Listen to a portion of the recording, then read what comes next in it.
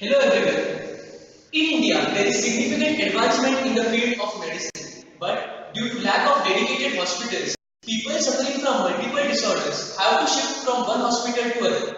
This is inconvenient not only for the patient but also for the practitioner. Also, specialists from various facilities require immediate data on patients who are discharged or who are under observation for decision of further treatment. The monitoring of the patient after the treatment is the most important procedure in the follow-up of the patient. The vital signs such as heart rate, blood sugar, blood pressure, etc. need to be measured from time to time to give a proper treatment to the patient. The monitoring systems present today lack in three aspects: security, power and self-repair, which is provided by our system. Let us see the heart rate sensor. This is a transducer element of the sensor. It consists of a red LED and a photodiode. The output of the photodiode is a current which varies proportionally with the arterial blood flow in the finger of the patient. This current is given to a current to voltage converter which is constructed using an op-amp and a 4.7 mega ohm filter connected across a capacitor. This voltage is given to a filtration circuit which consists of 5 filters. The first filter is a low pass filter having a cutoff frequency of 6 Hz. The next stage is the notch filter having a cutoff frequency of 60 Hz. This is used to eliminate the line interference. The third stage is a high pass filter of 0.8 Hz and it is used to clamp the signal to a DC level. So the fourth stage is an active filter with a gain of 31 dB and a cutoff frequency of 6 Hz. The fifth stage is a low pass filter having a cutoff frequency of 4.8 Hz to generate output. The entire circuit is provided with a reference generator as the arterial blood flow might lead to bipotential signals. These signals are again clamped to a sufficient DC level so that there is no possibility of negative signals. Now let us see the testing of the heart rate sensor. If you see the graph of the heart rate sensor, it represents peaks at certain intervals of time. These peaks represents the beats per minute of the patient. Represents the heart rate of the patient. One of the sensor communication module is the temperature sensor. This is used for measuring the body temperature. Now let us look into the theory of this. ADS1247 is a 24-bit high-precision data converter. The top view of this IC is as shown here. This IC has been used in the current version of low HMS for body temperature measurement. A thermistor is interfaced to the AN0 and the AN1, which are the analog input pins of ADS1247. An R-bias resistor is connected between the internal reference pins of ADS1247. This IC is interfaced to a microcontroller board containing MSP430 and it also has a CC1100L transceiver. This forms a sensor communication module. On placing the hand over the thermistor heats up, sending an analog value to the pins of the ADS1247. The ADS1247 communicates with the microcontroller board via a serial peripheral interface. This then converts the analog value to a digital value proportional to the temperature received. Now let us focus on the working of the chip. The microcontroller starts the chip by issuing a reset command. Initially, when the reset command is issued, the registers are reset. These values indicate the default values of the register. Once the registers are reset, it is again set by sending the write register command. The IDAC1 is set to 5, IDAC0 is set to 9F, MUX1 register is set to 38, which sets the internal reference, and it also forces ADS1247 to go into a normal mode of operation. This one indicates the initial status of the DRDY bar line. Now when DRDY bar is low, it is placed over the thermistor. The output is around 37.69 degrees Celsius. This is the hex value printed and this is the unsigned long int value printed on the terminal. The output is sensed only when DRDY bar mode is low. The hand is removed from the thermistor. The output tends to 0. This is done so as to ensure that proper connectivity is established between the temperature sensing module and the human. The third sensor communication module which we are going to interface is pulse oximeter. The pulse oximeter is a cheap and relative technique to measure the oxygenation in the blood. Now it measures the percentage of hemoglobin, that is oxygen saturated. So for a normal human being, this measure should be between 95 to 99%. Let's have a quick look at the circuit of pulse oximeter. This is the photodiode, that is OPT101, which we are using to detect the signals that are being emitted by the red and IR LED. It is a 8-pin IC which has integrated photodiode and transimpedance amplifier.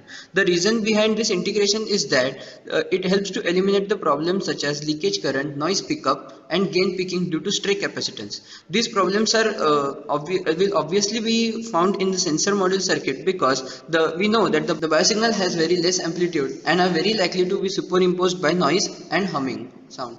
So now to eliminate the sideband frequencies, we are using two bandpass amplifiers which will allow which will give the passband of 0.3 to 7 Hz. Now this IC is IC324, which acts as a gain amplifier, non-inverting gain amplifier, which will give a gain of 1500 to increase the amplitude signals. Here we have the driver circuit to switch on and off the red and IR LEDs alternatively. In the oximeter circuit, we have the transducer element which consists of red LED and IR LED.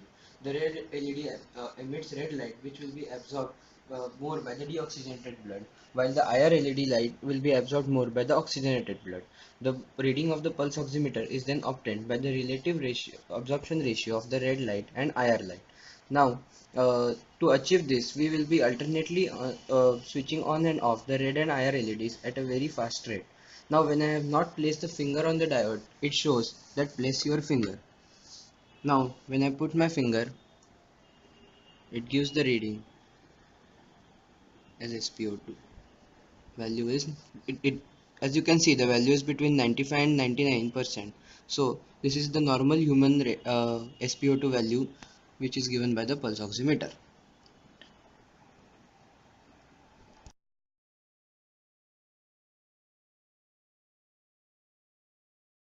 Now that we have seen all the three sensors in this communication network, we move on to the top level diagram.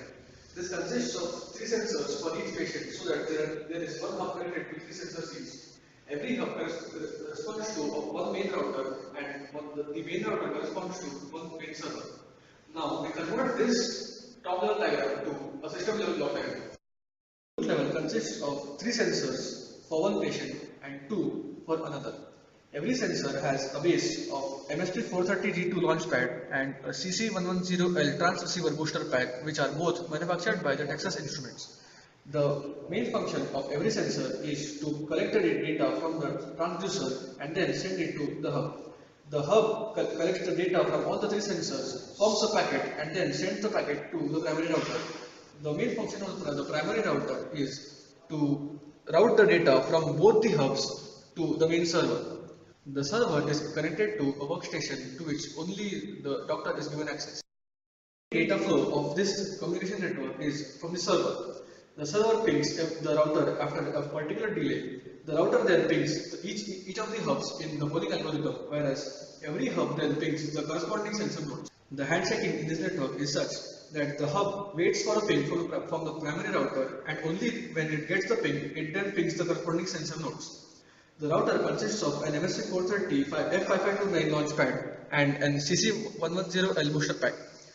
This router also waits for the ping from the server, and until and unless it gets the ping, it does not ping the corresponding hubs. This communication network is a self-repairing network. We'll see how. Whenever there is a network link failure, for example, if the primary router fails, then the server keeps on pinging the primary router for a fixed timeout, and when it does not receive a response back from the primary router, it automatically switches over to a standby router. This standby router then takes over communication of both the hubs back from the primary router to the standby router, so that all the data of these sensors is then transferred from both the hubs through the standby router to this main server. Now that we have seen the structure of our network, we will look at its working. These are the three sensors for one patient, the two for the another. Every patient has one of the two hubs. One main router is in the room and one server. Now we will connect the server to the main workstation. As we connect it to the workstation, the communication starts with the blinking. This is the output at the COM terminal. This tells us that the first element tells us the number of the hub of the patient, that is 1 and 5. The second element tells us the temperature, which is 36 and 37, and so. And the third element tells us the SpO2 level, which is 95 to 99 generally. The next byte is the entire array of the heart rate. This array is of 57 bytes, which is transmitted and received by the CC110L booster pack. Now we will ensure that our network is self-repairing and plug and play. For that, what we will do is we will disconnect one of the primary routers. Now I am disconnecting this router. Then let us focus at the server terminal. The communication has stopped for at least 5 seconds. It says that there is a failure and it is switching automatically. Once it has finished automatically switching, the connection is again established. Now that we have seen the self-repairing feature of our network, we will look at the plug and play feature. Here I will remove one of the sensors from this network. After removing the sensor, we will look at the output at the server. As we can see here, the entire array transmitted by this sensor has become 0000. Now, once again, if I connect the sensor back to the network,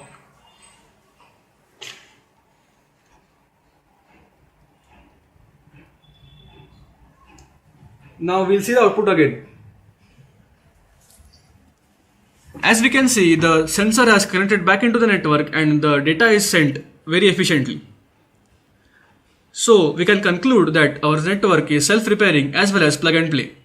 Now let's take a close look at the graphic user interface. Here we can see the link to go to the data of patient 1 and patient 2. Now when I click on patient 1, here we can see the connect button which connects to the server. Now when I click on the receive button, I will receive values from various sensors. Here I can see the output from the heart rate sensor, over here from the temperature sensor, and over here from the pulse oximeter. Here we can also see the timestamp. Now when I go home, when I click on home, now I can also go to the data of patient 2.